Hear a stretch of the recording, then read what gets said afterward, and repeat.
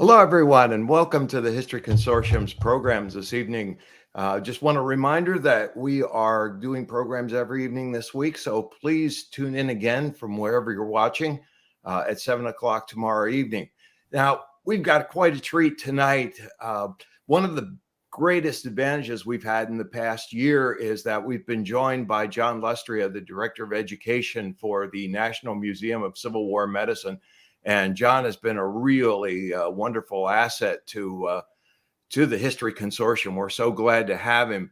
A couple of other things you might want to know about John is that he has a master's degree in public history from the University of South Carolina, and he also worked at Harpers Ferry National Historic Park. And by the way, if you haven't seen the National Museum of Civil War Medicine in Frederick, Maryland, put that on your bucket list if you're at all interested in history. It's just a wonderful place. Well, without any more ado, John, please take over and let us hear what you have to say. Sure. Well, it's a pleasure to be with you all tonight. Thanks so much to History Consortium for having me, and I've been a small part of that as a representative of the museum over the last year as we planned for this.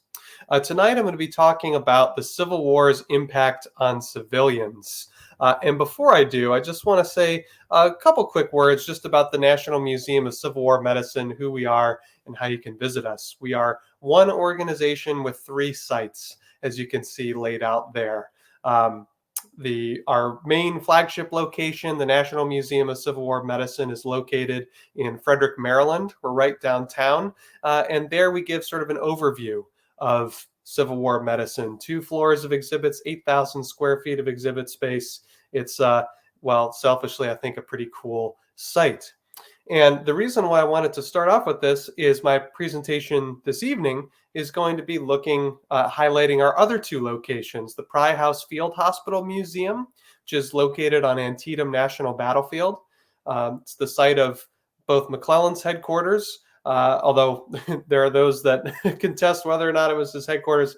It's where McClellan was the day of the battle. And it's also the site of the medical headquarters of the Union Army of the Potomac under Jonathan Letterman. But more importantly, it was somebody's house owned by the Pry family. We're going to get to them in just a second and what the war meant for them. And then our 3rd location is the Clara Barton Missing Soldiers Office Museum. That's located in downtown Washington, D.C., just a couple blocks from Capital One Arena. And where we have been closed there for much of the last year while we were trying to find someone to work there. Now we're going to be open more regularly there finally on Fridays and Saturdays going forward. So come down, pay us a visit. That is where Clara Barton lived and worked during and immediately after the Civil War. So it's a really, really amazing location. Well, selfishly, I think all of them are quite amazing. So come out and visit us if you get the chance. So that's just a quick word about who we are. Now, let's talk about the Civil War's impact on civilians. And the war's impact on civilians is incalculable. From widespread disease to massive economic devastation to vast displacement, the war brought suffering to countless people in innumerable ways.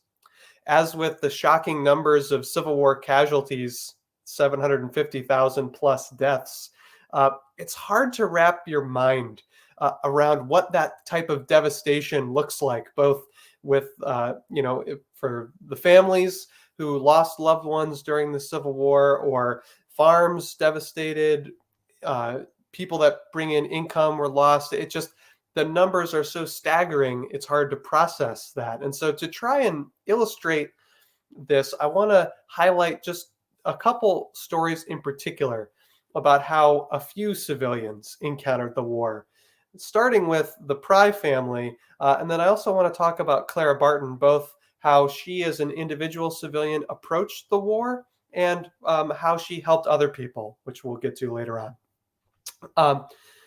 Starting with the Pry family, Philip and Samuel Pry, Philip is the gentleman pictured there.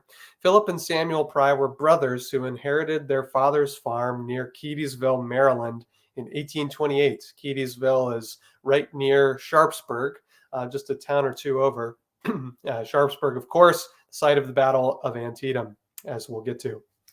Philip Pry built his house on a rise on the east bank of Antietam Creek in 1844 using bricks fired on the property. And his brother Samuel lived just north of Philip and operated a mill. And next to Philip there, you see his wife Elizabeth. At the time of the Battle of Antietam, they had 5 children.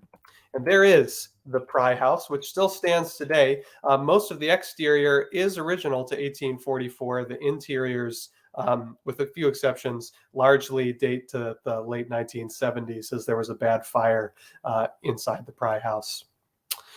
In September 1862, the Union Army took over Philip's property to use as a staging area in preparation for the upcoming battle. Philip, his wife Elizabeth, and their 5 children's lives were abruptly disrupted by the war. During the Battle of Antietam on September 17th, Philip remained at the house while his wife and children were taken by an Army ambulance to nearby Keedysville, where they stayed on Jacob Keedy's farm. The Pry House hosted the commander of the Union Army of the Potomac, General George B. McClellan, and his staff during the battle. The officers moved the Pry's best parlor furniture out onto the front lawn and set up tent stakes as telescope rests from which they watched the action in the central position of the battlefield as it unfolded from an overlook kind of just behind the house, just kind of off camera there, as it were. Before the battle, the entire Second Corps of the Union Army was encamped on and near the Pry property, and the spring served as a welcome source of fresh water for the soldiers. Near the house was the central station for an elaborate Signal Corps observation system, connecting General McClellan to the signal stations of other officers and to a station on the summit of Elk Ridge, which had a commanding view of the area. This area by the Pry House also would have been crawling with newspaper correspondence. Since the Army's headquarters were here as the battle was taking place, that's where all the newspaper folks were. And I'm going to read from an account from Frank H. Schell, Schell, a special artist for Frank Leslie's illustrated newspaper. And he drew this image. Actually, I don't think this is by Schell, but by another war correspondent who was there at the Pry House. This drawing was sketched from the overlook at the Pry House, looking out on the battlefield at Antietam. But this Frank Schell wrote about the scene at the Pry House, quote, "I saw near McClellan's headquarters at Pry's farm, on a bare hill beyond it, a group of dismounted officers. Aides and couriers were coming and going with fidgety hurry, bringing reports and taking orders. Who that stood upon the hilltop there could ever forget the soul-racking suspense, the burning anxiety, the heart thumps of those history-making moments, all watching closely the advancing wall of battle and wondering what would be the outcome of the early dash upon the hidden enemy's stronghold in the gloom of the West Woods." In addition to being McClellan's headquarters during the battle, the Pry property was also headquarters for the medical department under Dr. Jonathan Letterman, who was the medical director of the Army of the Potomac, and who you see pictured here, the seated gentleman furthest to the left. Letterman remained at the house throughout the battle, relying on Assistant Surgeon Benjamin Howard for information on the conditions of other field hospitals and the evacuation of the wounded. And it's worth noting, of course, that the Battle of Antietam sees something of a revolution in emergency medical care. This is the debut of 2 systems that Letterman himself instituted. First, the Ambulance Corps, dedicated group of people whose job it is to remove wounded soldiers from the battlefield and get them into field hospitals. And then something called the Letterman Plan, which is a cohesive system of care designed to ensure that wounded soldiers are cared for from the moment they're injured all the way through long-term recovery. Not explicitly our task to talk about that here tonight, since we're focusing on the civilian impact, but it has to be mentioned. As the National Museum of Civil War Medicine, we have to give a shout out to that revolutionary system of emergency medicine. And Letterman directed it all from the Pry House. Prior to the battle, the ambulances had been collected near the Pry House, where they were then dispatched to transport the wounded from the battlefield. Philip Pry's barn was used as a field hospital for enlisted men, uh, mainly from Richardson's division of the Second Corps. And we don't have a picture of the Pry barn in use as a field hospital, but this is our best guess as to what it may have looked like. Um, again, not specifically the Pry barn, but would have looked something like this. The Pry Barn, the R.F. Kennedy, and Henry Nealkirk farms on the west bank of Antietam Creek were all under the direction of Surgeon John Howard Taylor. At least 1,500 men were treated at these three locations, meaning that somewhere between 400 and 700 wounded soldiers were cared for in Philip Pry's barn. The overcrowding left many without adequate clothing and bedding. Philip's brother Samuel Pry was also affected. Samuel's house, barn, and mill were also used as field hospitals, as were most of the buildings in the Sharpsburg and Keysville area. 2 Union officers were brought to the Pry house, the actual house, to be treated after being wounded during the battle. An injury to Major General Joseph Hooker's foot proved to be minor. He was treated by Letterman himself and other staff surgeons at the house for just a few days until he was transported to Washington, D.C. Major General Israel Richardson, the other general treated in the house, his injury was more severe. The projectile had entered Richardson's side, injuring his internal organs. He was placed in the large upstairs bedroom of Philip and Elizabeth and was attended to by Surgeon John Howard Taylor. In early October, President Abraham Lincoln visited Richardson at the Pry house. Later that month, Richardson's wife and sister came from Michigan to help with his nursing care. They felt that he was improving, but pneumonia set in, and General Richardson died in the Pry house on November 3rd, 1862. After the battle, the Pry family faced considerable losses, and I share all that information about the kind of medical response and how the Pry property was used to illustrate that this is a family going about their regular life, and suddenly everything changes. An army of almost 100,000 people is on either their property or somewhere, near their property, and hundreds of soldiers are being cared for in their barn. A man died in their bedroom in their house. There's, presumably blood everywhere. Their crops are devastated. As we'll see later, several of their animals have been taken. Just you go from living your regular life to suddenly it's not regular at all, and everything changes. And there are dozens of families just like the Prys, not just on the Antietam battlefield, but really all across the country wherever Civil War battles happen. And one of the things that we like to say at the museum, Civil War battles are so much more than just one day or 2 days, 3 days, however long. They stretch on for months, weeks, and sometimes even years, as was the case for the Pry family. After the battle, the Pry family faced considerable losses. Their food stores had been depleted, their livestock slaughtered by the army, their fences burned for fuel, their hay and fodder used up, and their personal possessions damaged or missing. 20 acres of ripe corn still in the field were consumed by the army's horses. The ability to plant next year's crops was negatively impacted by the loss of plants for seeds and animals for plowing. The Pry family ultimately submitted damage claims to the federal government, which you could do if something like this happened.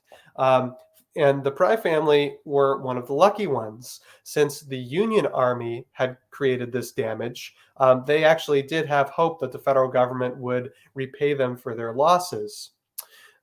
If Confederate soldiers had done damage to your property, as was the case with the Mumma family, also on the Antietam battlefield, they would get no money because the federal government wasn't responsible for the damage. So the Pry family has a hope of this happening, but this damage happens in 1862. They're not paid until late 1865. What are they supposed to do for those subsequent 3 years while they're waiting for this to happen? And they still don't get all of the money that's coming to them until the 1870s. So this is a long, drawn-out process. The Pry family submitted claims for a host of goods which totaled $3,700. They submitted claims for livestock, including 2 horses, 2 cattle, 10 sheep, 7 hogs, 15 goats, and 25 pigs. Crops, 800 bushels of wheat, 936 bushels of straw, 600 bushels of oats, 3,450 bushels of corn, 75 bushels of potatoes, and 150 bushels of apples. And material, over 8,000 fence rails and 15,000 feet of lumber in Keedysville that was used to build hospitals. Um, it's a little bit unclear as to how much money they actually did receive. They did get something, but we do know that it was less than what they were hoping for. And that was kind of a common theme with the damage claims that civilians throughout the war submitted to the federal government. Rarely did people get as much as they hoped for. And there are thousands of families that submitted damage claims when it was all said and done. As one of the folks in the local community, William Hamilton, said about Philip Pry's circumstances in February 1874, quote, "Before the war, he was a prosperous man, owning one of the finest farms in the country, lying in the vicinity of the battlefield of Antietam. He is now in serious circumstances.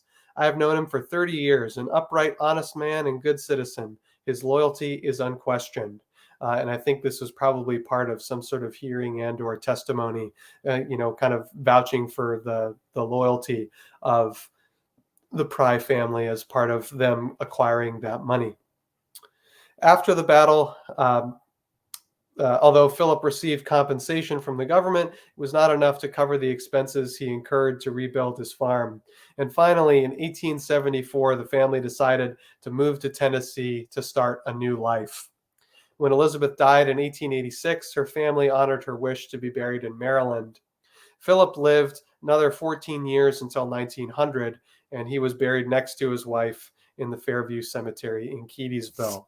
And thus ends the story of the Prys. And I wanted to tell that story not just because it has to do with one of our 3 locations, but because it's indicative of a lot of civilians around the country during the Civil War, both North and South, who were in the midst of a Civil War battle. The war came to them and it really devastated them in intense material ways. So when we're talking about the civilian impact of war, like I said at the beginning, it's hard to process what exactly that means. Well, here's an individual story that kind of puts a face on that a little bit. But of course, the majority of people actually did not have that experience. Everyone was impacted by the Civil War in some way, by virtue of how all-consuming it was. And the number one way that people were impacted is they knew someone in the ranks.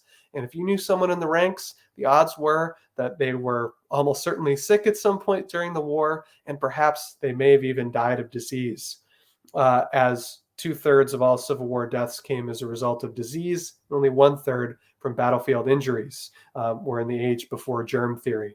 And of course, there's no personal identification or necessarily any way to see what happened to know what happened to your loved ones. There's no kind of systemized way to make that happen. And so enter Clara Barton. And before I talk about the initiative that she strikes up in the closing days of the Civil War, I want to just, of course, give a quick overview. This is a picture of a mural located in the lobby of the Clara Barton Missing Soldiers office in downtown Washington, D.C. We had this done, it was completed in December of 2019, just in time for basically nobody to see it. So we're always excited to get a chance to show it off. And what this is, it's kind of a pictorial overview of her life. Of course, you can see her pictured in the top right corner over there. Clara Barton, born Christmas Day, 1821 in North Oxford, Massachusetts. She gets her start as a school teacher. You can see in the top left corner there. Even though she has a fear of public speaking, she goes on to found the first public school in the state of New Jersey and winds up ultimately in Washington, D.C. by the time of the Civil War as one of the first female employees of the federal government.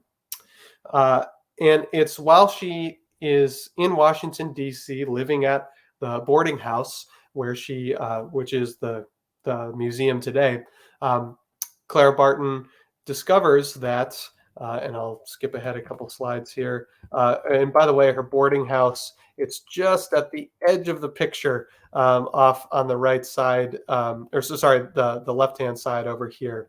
Um, Somewhere down in that direction. And front and center there, by the way, is Alexander Gardner's photography studio, which was right near where she lived. Edward Shaw there is her landlord. But what initiates Clara Barton into the Civil War is something called the Pratt Street Riots, which is what this is a picture of here. Some of the first soldiers to come to the nation's capital during the Civil War were from a unit called the 6th Massachusetts. There's a conflict as they're changing trains in Baltimore. Pro-Southern citizenry start to throw rocks and shots get fired, and there's several soldiers who are killed and wounded. And when they arrive in Washington, D.C. on the train, Clara Barton and her sister Sally are there to greet them, to offer any assistance they can.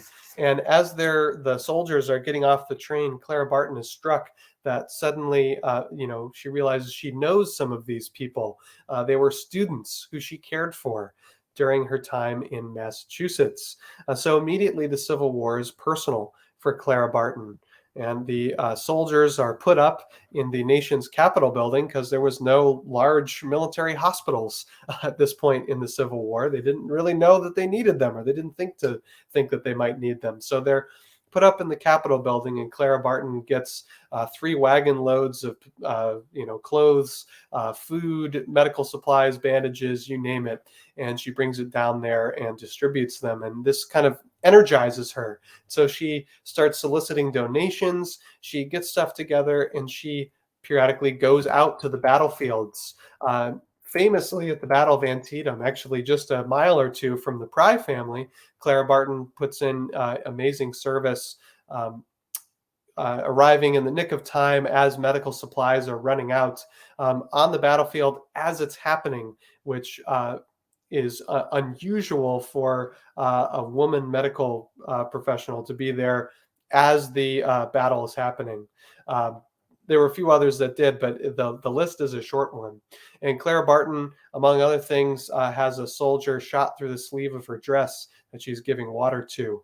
And for her work at battles like Antietam or Fredericksburg, pictured here, she's given the moniker the Angel of the Battlefield, and she gains some kind of nationwide fame.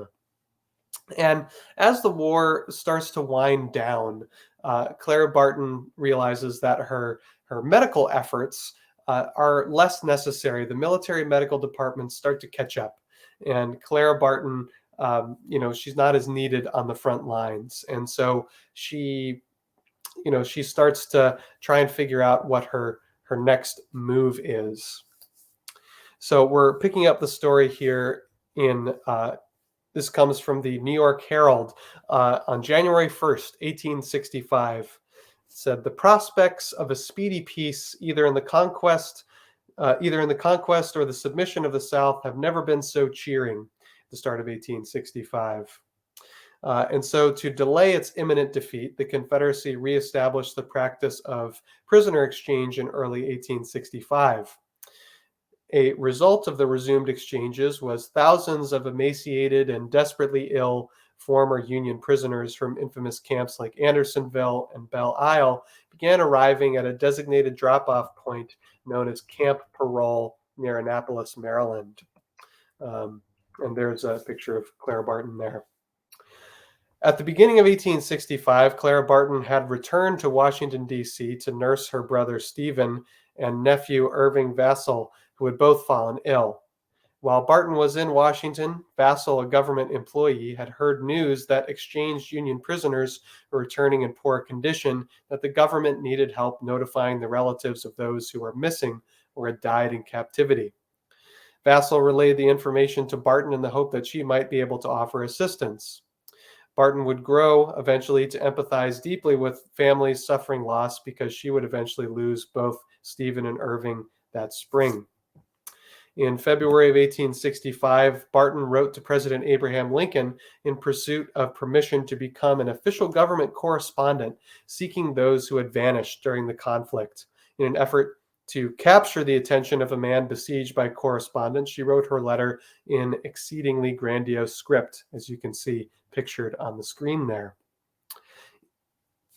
And as the letter states, quote, "To His Excellency, Abraham Lincoln, President of the United States, Sir, I most respectfully solicit your authority and endorsement to allow me to act temporarily as General Correspondent at Annapolis, Maryland, having in view the reception and answering of letters from the friends of our prisoners now being exchanged. It will be my object to obtain and furnish all possible information in regard to those that have died during their confinement." And so begins the Missing Soldiers Office. On March 24th, 1865, Barton received the sanction of the president to go to Annapolis in an official capacity, and her job would be to list the names of those who had died in captivity and notify their families. This, of course, is the age before dog tags or personal identification of any kind. And so the need that Clara Barton saw was perhaps I can furnish families with information. So the greatest impact of the Civil War on civilians, perhaps, was the shocking amount of people that never came home from war. And so Clara Barton offered to give some closure to families by, like I said, trying to be an official way in which she would notify families of the passing of their loved ones. So when Clara Barton arrived in Annapolis at Camp Parole, which is pictured here, she was shocked to find over 360 letters already waiting for her. Each asked about the fate of a loved one who had gone off to war but had not come home.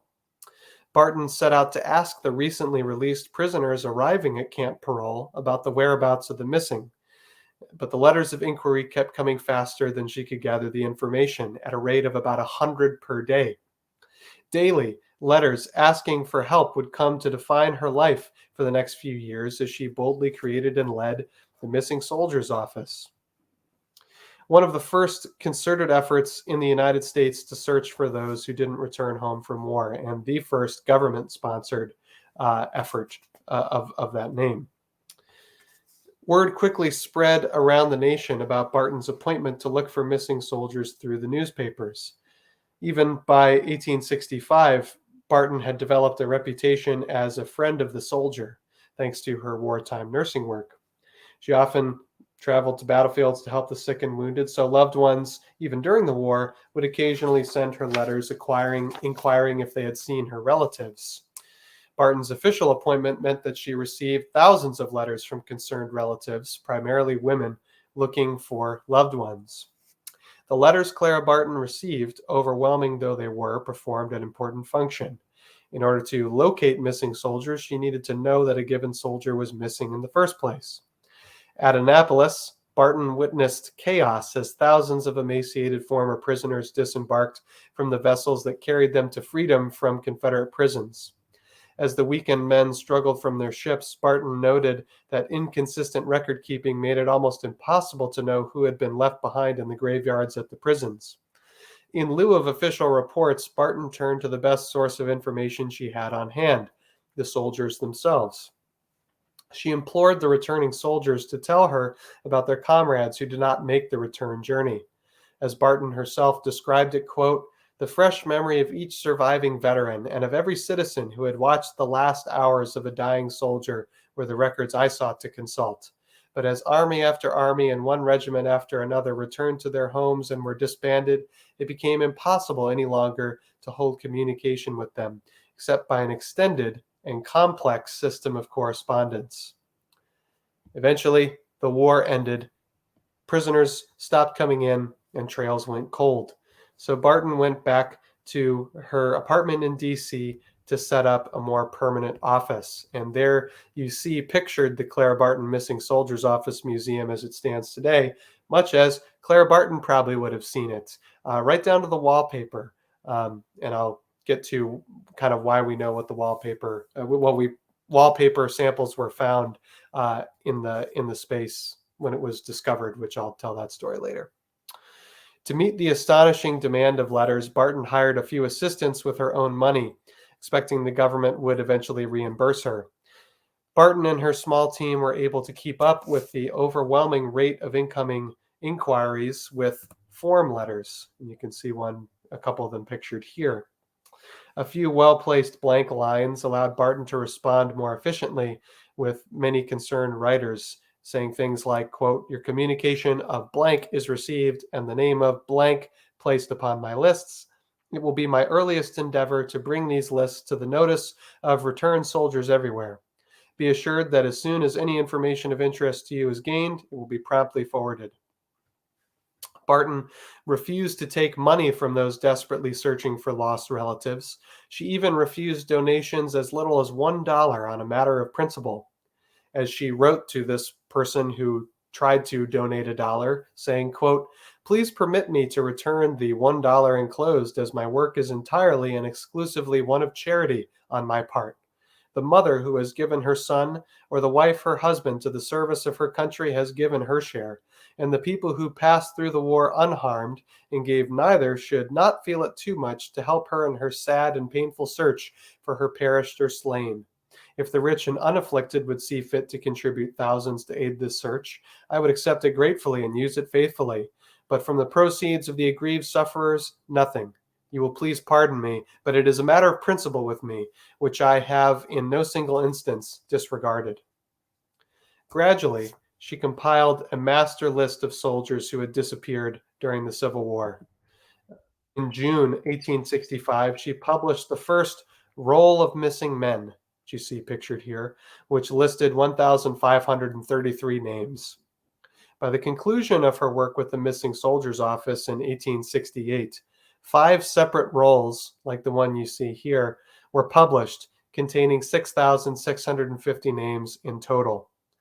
These lists organized the names by state and contained instructions for anyone with knowledge of these men's whereabouts to write to her. President Andrew Johnson allowed Barton to use the larger government printing presses to publish the rolls of missing men, a task that would have been prohibitively expensive otherwise. Barton explained to one concerned writer how she curated the names on her rolls of missing men. Quote, "The appearance of a man's name upon my roll is simply evidence that some friend is asking for him, and the non-appearance signifies that he has not been inquired for, or there has not been a time to get his name upon a roll. Not all the missing soldiers wanted to be found.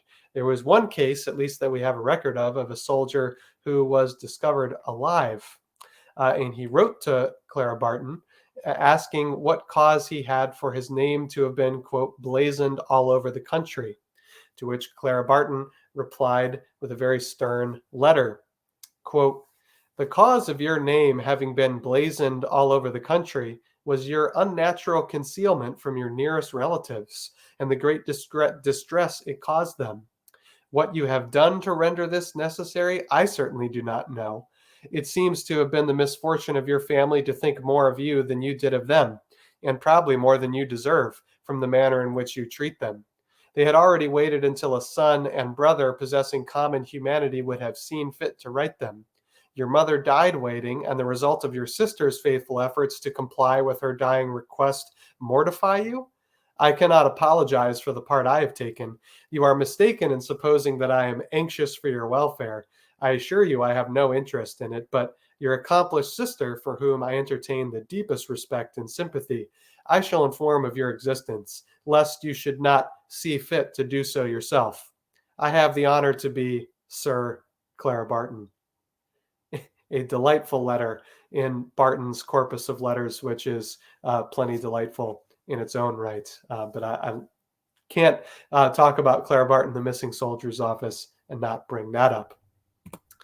A meeting with someone named Dorrance Atwater, who is pictured here on your right, in June of 1865, propelled her Missing Soldiers Office mission to new heights. Atwater kept a hidden and detailed list of those who had died at the notorious Andersonville prison during his time in captivity there. After seeing the first roll of missing men, he decided to contact Barton to offer his help. Atwater's information enabled an expedition, which included Barton, to go to Andersonville to identify the graves of 13,000 missing soldiers and notify the families. The team eventually established a national cemetery at the location of the prison. The whole process lasted through the middle of August.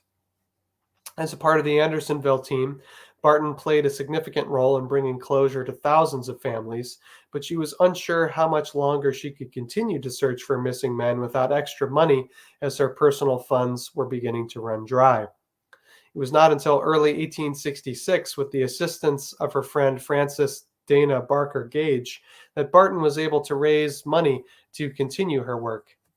Gage wrote several pleas for Barton in the New York Independent, soliciting money for her noble cause. There's Andersonville National Cemetery there. Gage also helped Barton draft a petition to send to Congress. After much deliberation, Congress elected to grant her $15,000 as a reimbursement for her previous efforts and to keep the mission going.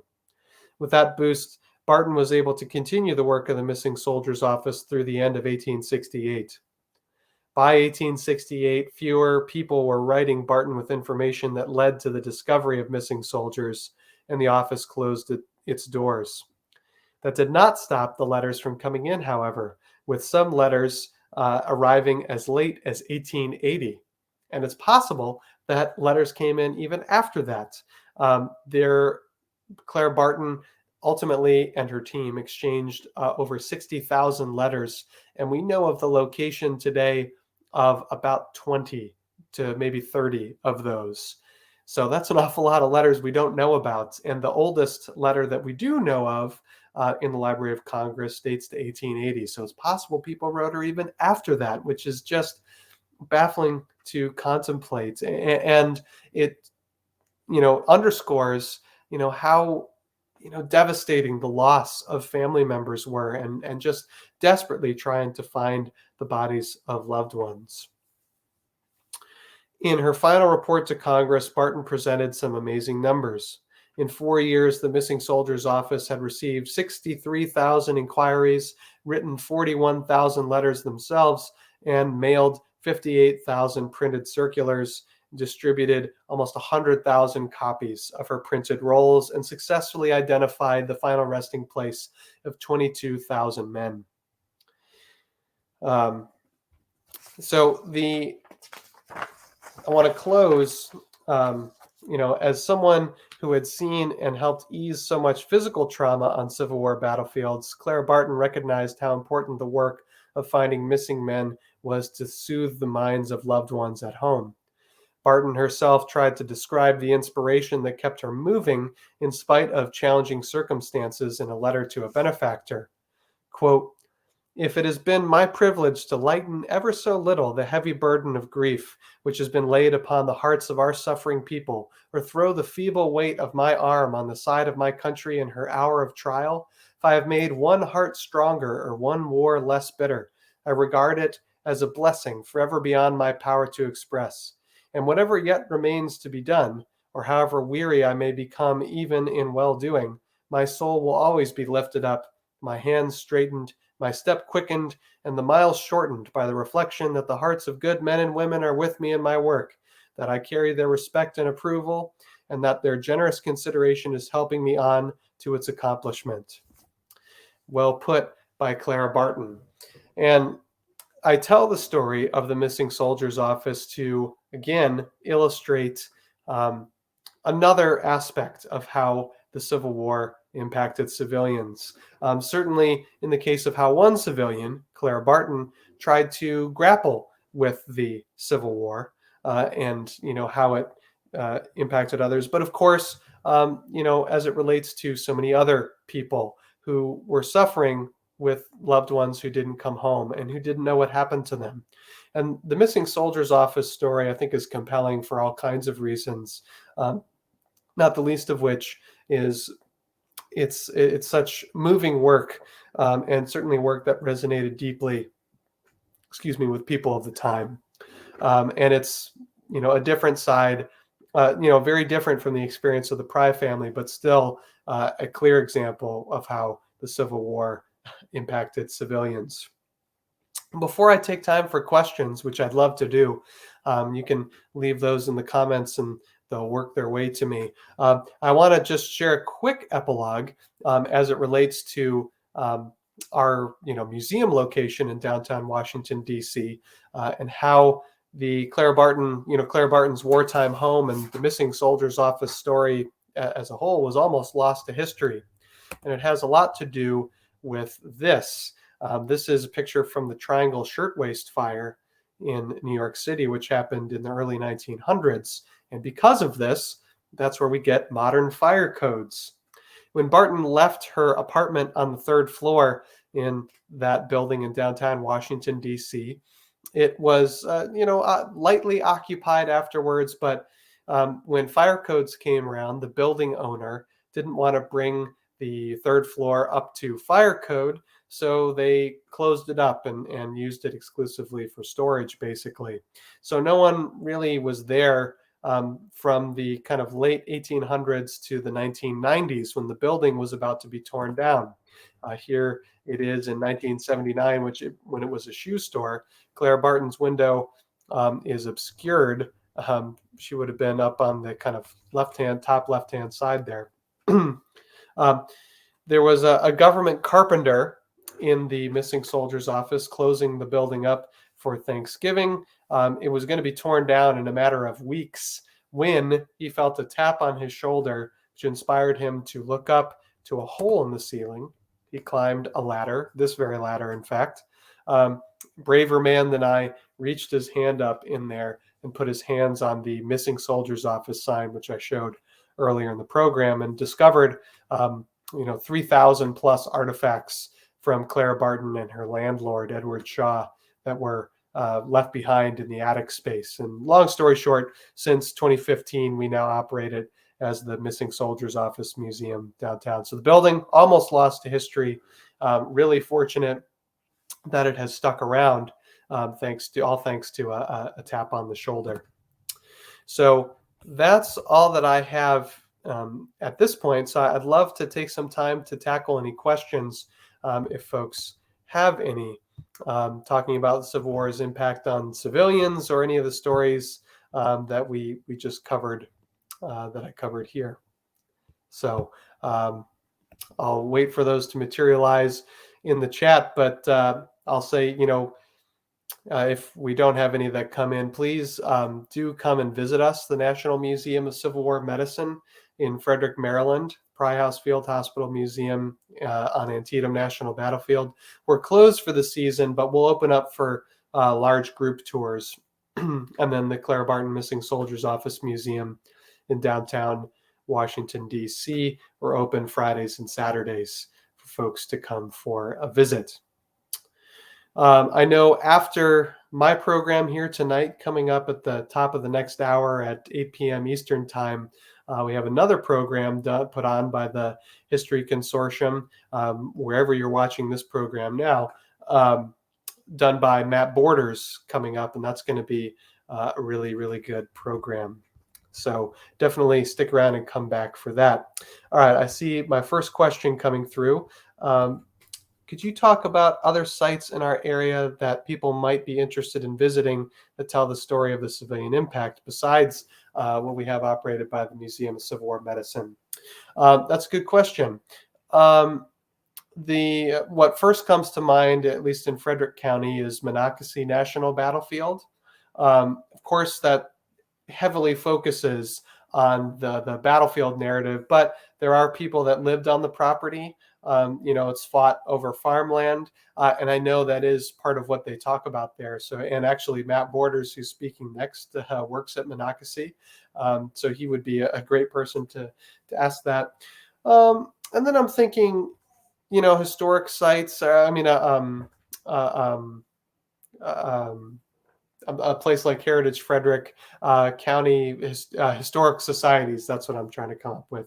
That might have civilian records from people who lived in, communities during the Civil War where armies passed through, which certainly Maryland was kind of ground zero for some of that during the Civil War. And I'm thinking in Heritage Frederick, which is kind of the Frederick County Historical Society, they have in their collection Jacob Engelbrecht's diary, and he comments, extensively on what it was like as armies went to and from. And you can go visit them, their hours on their website. I'm trying to think of other sites. The Maryland Room in the Frederick County Public Libraries. So anyway, I'm not coming up with great answers for you here, because actually, I think we are kind of unique, not entirely unique, but unusual, I'll say, in our sites that focus as heavily as they do on this type of a story. Not a ton of places do. See another question. Would you have any books on this topic to recommend? Let's see. Well, there's just a good one specifically about this civilian impact at the Battle of Sharpsburg. I think it's just called War Came to Sharpsburg or something. It just came out recently. Let me quickly look that up as I'm talking here. When Hell Came to Sharpsburg, the Battle of Antietam, and its impact on the civilians who called it home. So that's as on the nose as you can get. And that's by Stephen Cowie, Cowie. And you can get that for sale at a National Museum of Civil War Medicine bookshop. So that's certainly right on the nose. As for Clara Barton biography, which talks more extensively about her missing soldiers office work, you can look up Woman of Valor by Stephen Oates, also for sale in our gift shops. And then beyond that, trying to think beyond kind of those specific stories that we highlighted tonight. I know, for example, on the Gettysburg battlefield, there are books. I think there's one just called The Farmsteads of Gettysburg, which kind of highlights that story. And I know, too, that we at the museum have done a few videos about civilians in Gettysburg, trying to highlight that story. So there's that. There is a great project talking about the people that lived in Fredericksburg, and you talk about people that were in it through the Civil War. Of course, there's a battle fought in the town of Fredericksburg and immediately outside. That was very uncommon during the Civil War. Or certainly Vicksburg is another example of that, something that was really in it. But in Fredericksburg specifically, it's done by folks at what's the person's name? But I think it's called the Valley of the Shadow Project or something like that. And there's a very well-known historian, and I'm blanking on their name. This is killing me, but I believe it's called the Valley of the Shadow. Valley of the Shadow Project. And there's a book that was put out that, and it kind of highlights two communities. Ed Ayers, that's the person who oversees that project. And there's a whole digital component to it. It's really, really well done. So that's a great case study about that. So the Valley of the Shadow, two communities in the American Civil War, put out by Edward Ayers. Let's see. So there we are. I see that's all the questions we have so far. Hopefully that was helpful. Hopefully you enjoyed the program. Thank you so much for tuning in. It was a pleasure to be with you all here this evening, or whenever you're watching this, if you're not watching it live. Stick around. Coming up, we have Matt Borders presenting at the top of the hour, 8 o'clock Central Time. So stick around for that, and really appreciate all of you folks tuning in. So this is John Lustrea signing off from the National Museum of Civil War Medicine. So everyone have a great rest of your evening.